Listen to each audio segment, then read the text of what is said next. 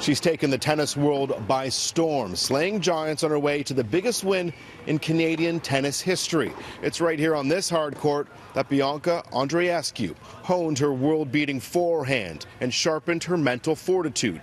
All were on display this weekend as a Canadian tennis star was born.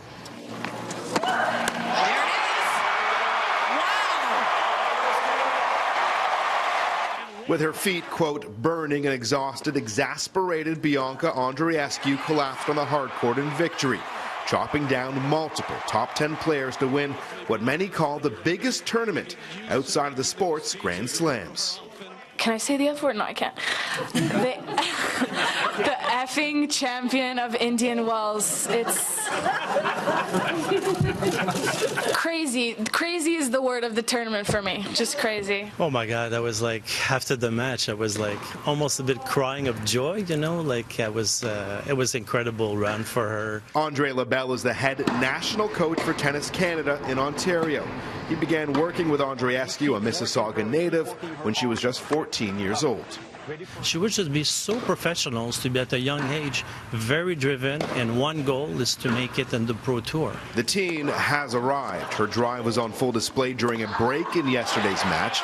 Down in the third set, Andreescu had a conversation with her coach and uttered 5 words that may go down in Canadian tennis history. You're going to need to stay strong under adversity, but that's okay. That's what you want. You welcome competition. This is so bad. Okay, that's good. Perfect. I like to hear that. Yeah, that conversation definitely helped me. His words are very inspirational and they gave me chills, and that definitely gave me a boost. I just tried to stay as calm as I could in those moments, and like I said, physically I wasn't really there, so at that point I was just going for my shots. Andreescu's strength in what could have been a moment of weakness is not lost on the next generation who are coming up through the Tennis Canada program. 14-year-old Cadence Brace, who also trains under the watchful eye of Lebel, has even more reason to dream. It's like a big inspiration to me because I see her practice here sometimes, and she's really nice, and sometimes she lets me like hit with her and stuff, so it's great to see her come out on top. It gives me a lot of hope, especially because she did the same thing as me, and I'm hoping to be on like the same path as her. Sportsnet's Carolyn Cameron was in California covering the big win yesterday. She believes Andreescu could continue to rocket up the world ranking.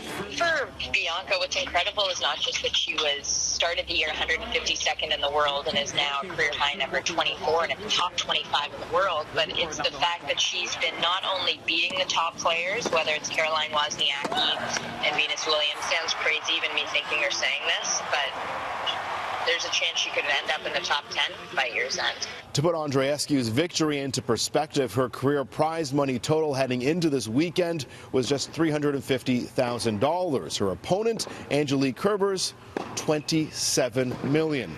Ahead on City News, what the big victory could mean for tennis at the grassroots level right here in Canada. Today on City News, we've been looking at Canada's newest tennis star, Bianca Andreescu's big win at Indian Wells over the weekend. She honed her skills in part right here on the hard courts at the Aviva Centre for Excellence. We're also looking at what appears to be working for Tennis Canada, with a young crop of budding stars all bursting onto the international scene. I think you should think of Bianca Andreescu in the same way you think of Denis Shapovalov and Felix Auger-Aliassime, because they're kind of this next generation already of tennis stars who grew up watching Genie Bouchard and Milos Raonic.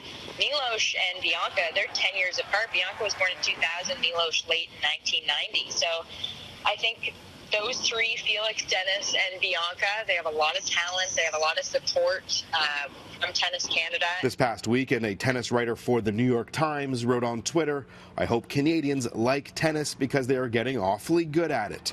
Here at the Aviva Centre of Excellence, young players hone their skills.